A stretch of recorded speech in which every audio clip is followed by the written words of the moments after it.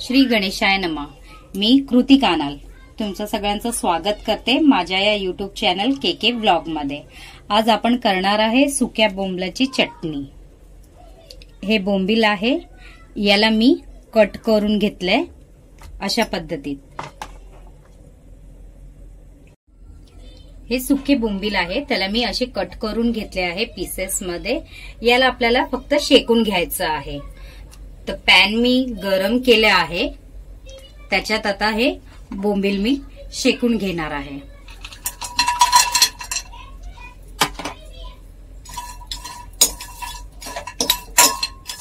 थोडंसं याला आपण भाजून घेऊया।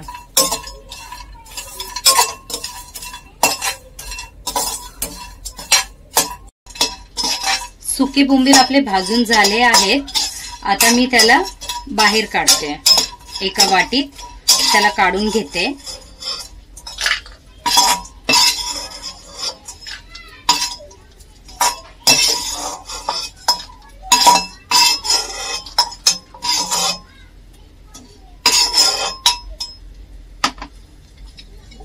आता याच्यामध्ये आपल्याला पाणी टाकायचं आहे।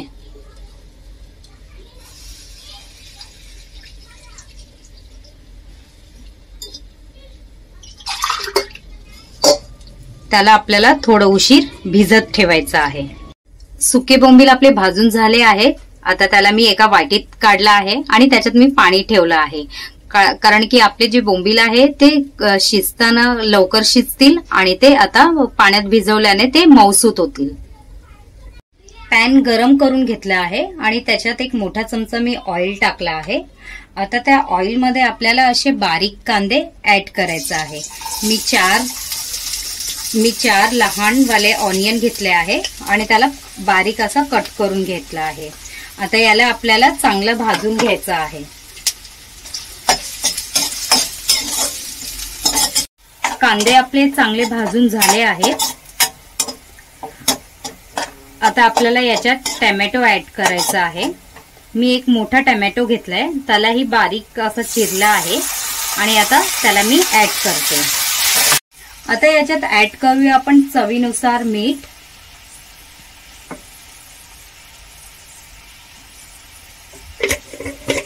आता याच्यात ऍड करूया आपण हळद।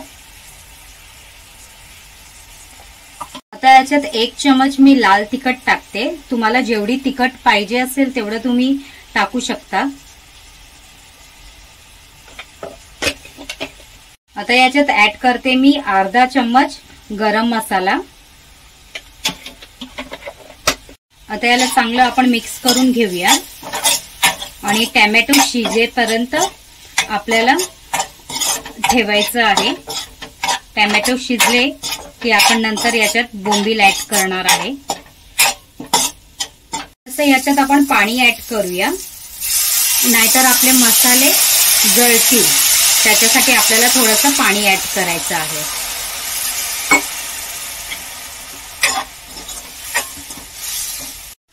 टमाटे आपले मऊसूत झाले आहे, चांगले शिजले आहे टोमॅटो।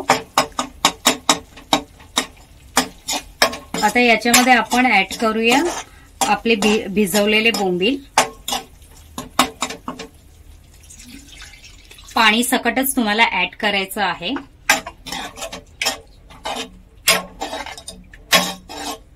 आणि आता याला 10 मिनिटं आपल्याला याच्यात शिजवायचं आहे।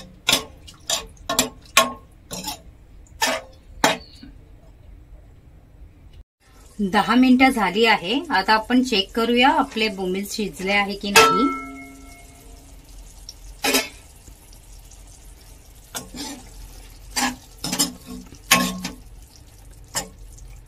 एक बोंबील मी कट करून बघते। यस, ऑलमोस्ट शिजले आहे आपले बोंबील। आता याच्यामध्ये ऍड करूया आपण। आता आपण याच्यामध्ये ऍड करणार आहे आमसूळ। मी याला 4-5 फोडी आहे ते याला मी पाण्यात भिजत ठेवलेले।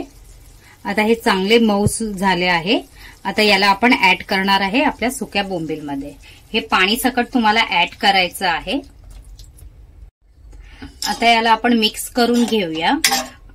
आणि परत याला आपल्याला 10 मिनिटं तरी ऍटलिस्ट शिजू द्यायचं आहे, कारण की हे जे आमसूळ आहे ते त्या बोंबीलमध्ये मस्त एकदम मिक्स होतील आणि आपल्याला मस्त असं आंबट तिखट असं चव भेटेल. तर आता आपण याला झाकून ठेवूया आणि याला चांगलं शिजू देऊया. 10 मिनिटं झाली आहे. आता आपण चेक करूया. वाव, छान अशी आपली बोंबलाची चटणी रेडी झाली आहे.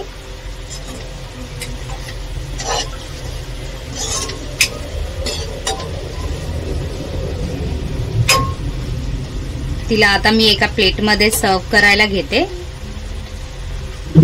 आणि त्याच्यावरती भरपूर अशी कोथिंबीर टाकते. छान अशी आपली बोंबलाची चटणी रेडी आहे. तुम्ही बघू शकता किती छान आणि मस्त झाली आहे. प्लीज याला तुम्ही घरी ट्राय करा आणि माझ्या चॅनलला लाईक, शेअर आणि सबस्क्राईब करा.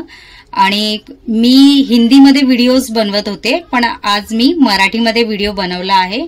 प्लीज तुमच्यापर्यंत पोहोचू द्या आणि माझ्या चॅनलला तुम्ही सबस्क्राईब करा छान छान अशी व्हिडिओज बघायला. Thank you so much.